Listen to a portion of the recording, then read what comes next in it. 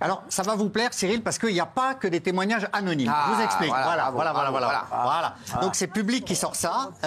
Flavie Flament et Julien Arnaud ne s'entendraient pas du tout. J'enlève même le conditionnel, ils s'entendent pas du tout. Ils s'adressent très peu la parole, ils communiquent pas du tout alors entre eux. On rappelle que c'est les deux co-présentateurs. Personne ne sait qui présente. Alors, d'accord, les deux. 600 000 téléspectateurs, c'est pas non plus la folie, merci. Ça chute en plus. Donc j'adore Julien Arnaud, moi, il est super sympa. Donc les deux co-présentateurs ne s'entendent pas du tout. Alors Public dit que Flavie Flament aurait même demandé à la direction de choisir entre elle et lui. Donc ça irait très loin. Et en fait, comme elle est arrivée, elle a soif de notoriété, elle est très ambitieuse, ce qui n'est pas forcément un défaut. Elle a voulu tout de suite prendre les rênes du programme. Et il y a un membre de l'équipe de Télématin qui dit elle a confiance en elle, elle aime la lumière et la reconnaissance. Mais c'est étayé par des déclarations de Flavie Flament elle-même. Dans Télé Loisirs, elle a dit on arrive avec toute l'humilité de celui qu'on découvre, mais pour elle, entre elle et lui, c'est un mariage arrangé. Quand vous dites ça, ça veut dire que c'est pas un mariage d'amour. Ça préjuge quand même d'un avenir difficile. Merci. Alors, juste sur Pascal Obispo.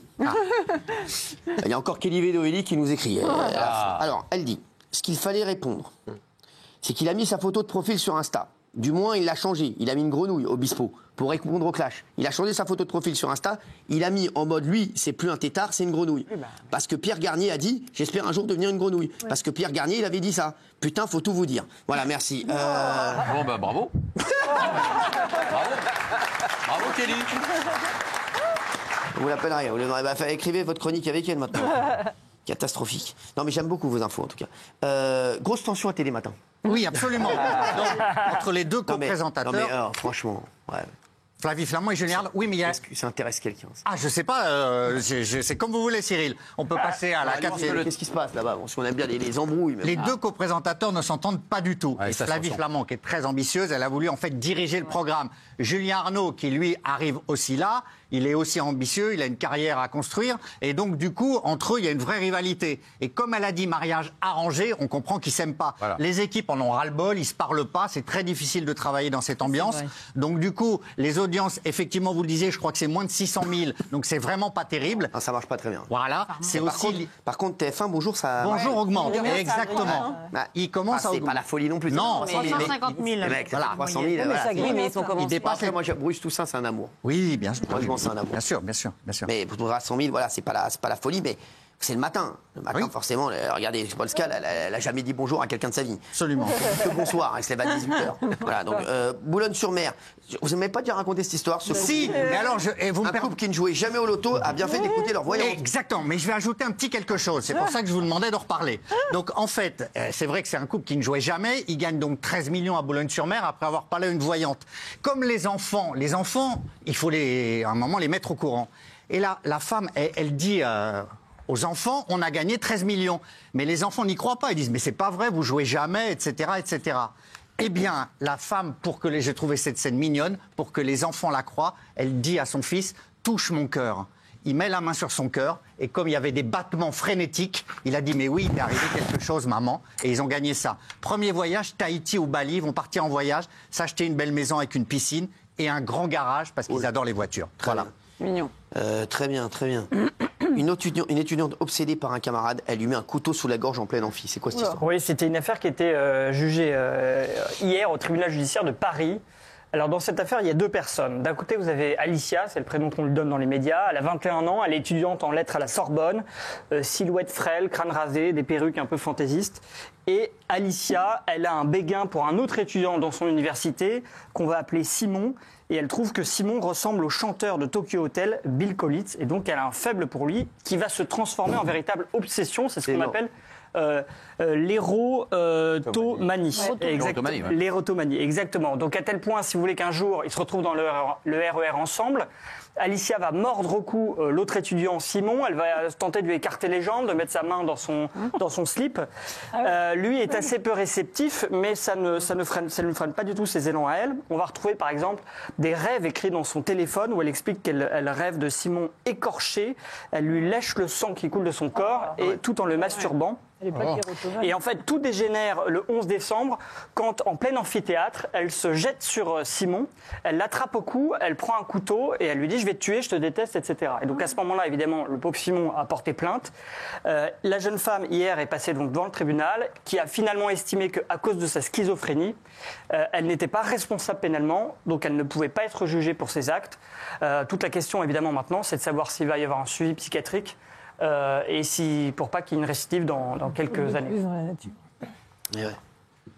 C'est incroyable cette histoire. Oui. Incroyable. Tiens, qu'est-ce qui se passe avec Didier Deschamps?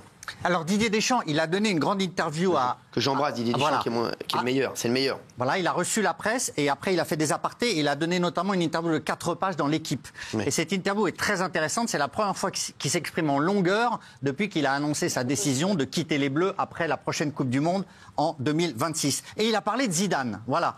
Donc avec Zidane, il a toujours eu des relations un petit peu compliquées, mais là il a voulu mettre les choses au clair.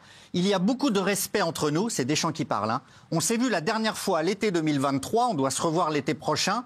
Zizou est un très bon candidat naturel et j'ajouterais attendu. Après, je ne sais pas si on en aura envie, c'est sa décision et celle du président. Dans la bouche de Deschamps, c'est très important parce que ça veut quand même dire qu'il n'a aucune prévention, qu'une restriction, qu'il adoube quasiment Zidane qui sera le successeur. Voilà. Et le président de la fédération, Philippe Diallo, avait déclaré également Zidane est l'un des monuments du football français et du football mondial. J'adore Philippe Diallo. Exactement. J'ai beaucoup de respect et d'admiration pour l'un des plus grands joueurs de l'histoire du football. Donc maintenant, reste à savoir si... C'est bon, ouais. Ouais, reste à savoir s'il va le faire. Mais si Zidane va se déclarer candidat officiellement. Bon. Mais ce sera probablement lui. Pas non plus ouf, ouais. On verra ça. Certes, peut-être lui. Pour l'instant, c'est Didier Deschamps. On a le temps. On a oui, mais Zidane aussi. Voilà, mais Didier Deschamps, pour l'instant, c'est lui. On va voir, s'il vous plaît, les photos, parce qu'aujourd'hui, il y avait donc le 4C8 évoqué aujourd'hui au Conseil d'État. On va pas faire durer le suspense très longtemps, puisque le rapporteur public du Conseil d'État a demandé le rejet. Alors, je vous explique ce qui se passe. Comment ça se passe? C'est qu'il y a un rapporteur. C'est un mec, depuis qu'il est tout petit, il rapporte tout.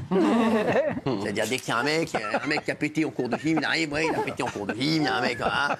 Mais tu vois, ouais. Donc lui, c'est un mec, c'est un rapporteur, il arrive, il rapporte tout. Il arrive, il rapporte tout. Je sais plus comment il s'appelle, là, déjà, le gars. Florian. Florian Roussel. Florian Roussel. Florian Roussel. Je connais son frère cadet. Merci. Donc là, lui, c'est un rapporteur. Donc lui, il dit, voilà, l'Arcom a dit ça. Voilà, lui, il dit, mais donc lui, il est toujours sur les pas de l'Arcom. Donc il fait un rapport. Un rapporteur.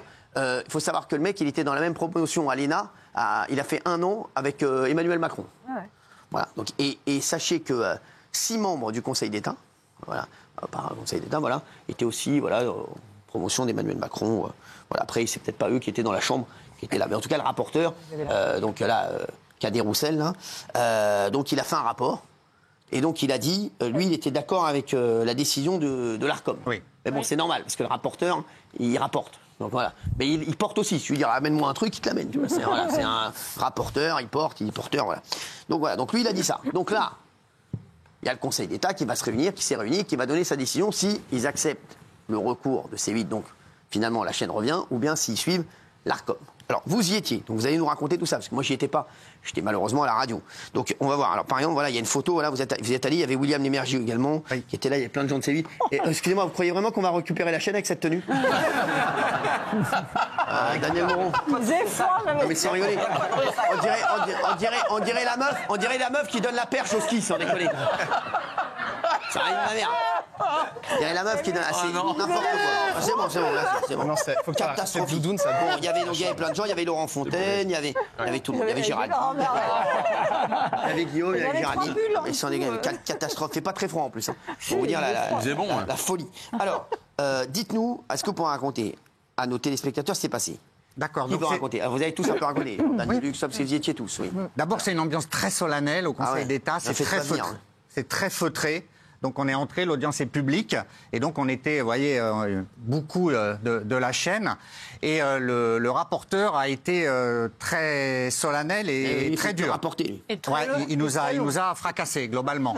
C'est-à-dire qu'il avait son argumentaire, il a repris des points précis à chaque fois. Il dit pour C8, il y a une absence de garantie pour prémunir de ses manquements et de ses obligations. C'est énorme, parce que je crois qu'il a dit qu'économiquement, oui, c'est quand même énorme. Hein. Mais on est quand même le plus gros groupe audiovisuel de France, on le rappelle, hein, parce qu'on est quand même sur la Canal+ derrière nous et le groupe Vivendi, mais il dit qu'on n'est pas solide économiquement, alors qu'il va donner 2 chaînes à des mecs qui sont beaucoup moins solides. Hein. Déficit financier chronique. Déficit financier chronique. Ah, et ils ont dit aussi qu'il n'y avait pas assez d'émissions sur la chaîne. Oui, pas assez de crédit. Pas d'émissions, pas assez de crédit. Ils ont vu que C8 était la première chaîne de la TNT qui avait le plus d'émissions. Non, c'est l'avocat de la chaîne qui a dû dire à la fin, c'est la première chaîne de la TNT. Bien sûr. 400 familles sont menacées. Et ils ont dit qu'on avait le premier talk de France sur cette chaîne. Non. C'était pas le genre. Ah, c'était pas le genre. C'était hyper à charge. Heureusement que je suis pas venu. Hein, parce que Je pense. Ils ont dit qu'il y avait pas- Sans nuance, hyper à charge.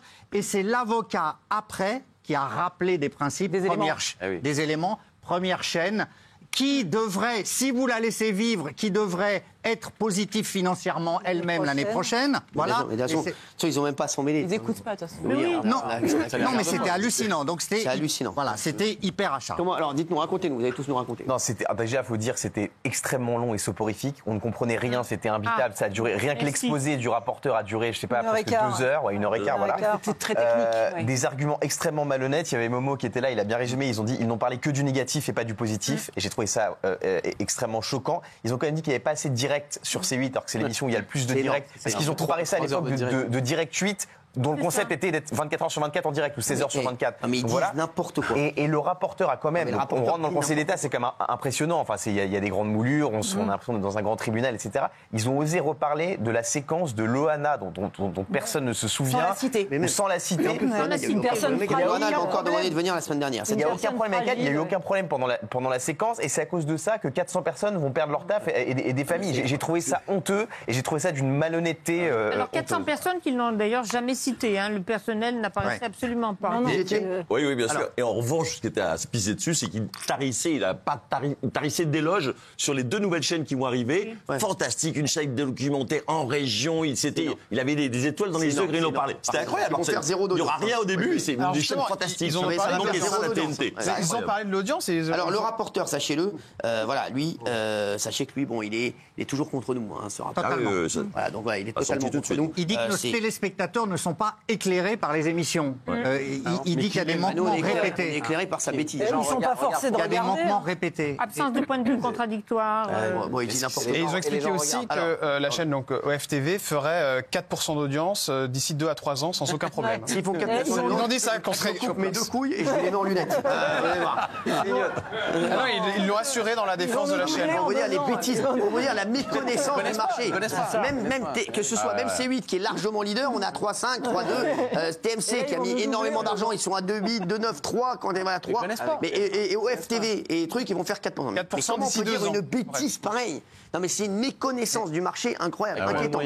C'est inquiétant d'avoir quand même des gugus pareils. Il regardait jamais la télé. En tant qu'il parlait, on voyait qu'il avait jamais regardé Touchement au poste. On va voir là. Oui, très vite. J'ai trouvé qu'il y avait une provocation à la fin. Il a dit, mais vous savez, il y a encore des créneaux attribuables. Si dans quelques mois, Énergie 12 et C8 représentent un dossier pour être une chaîne gratuite et puis remédient à ce qu'on leur reproche, et s'ils existent encore, ils pourront candidater de nouveau. Là, j'ai trouvé qu'il ajoute l'humiliation à la provocation. C'est dégueulasse. C'est un fou, lui. Et mauvaise foi aussi, encore plus, quand il a été question du time delay. Puisque le rapporteur, à ce moment-là, c'est le truc, une sorte de décalage. C'est-à-dire que pour que l'émission ne soit pas complètement en direct. Et là, il a dit, oui, mais bon, il a dit mieux que ça, dans des termes beaucoup plus techniques, mais en fait, pour pas donner du tout la chance à la proposition, en gros, que la chaîne avait proposé ça beaucoup trop tard et que ça prouvait qu'ils n'étaient pas de bonne foi. Donc ça veut dire qu'en fait, ils ne voulaient pas du tout de solution. Mais bien sûr. Voilà. Non, mais voilà, je vous le dis, voilà, donc c'est sûr, voilà, on le sait, maintenant on les connaît, on va attendre la décision, mais voilà, on vous en tiendra au courant, mais on compte pas sur ça, sachez-le. Allez. On a d'autres solutions, comme vous le savez, parce que si on doit compter sur le rapporteur, mais le rapporteur, il décide de rien, hein, c'est le Conseil d'État qui va décider. Allez, merci à tous, on se retrouve lundi, les chéris, et ne vous inquiétez pas, on vous embrasse pas.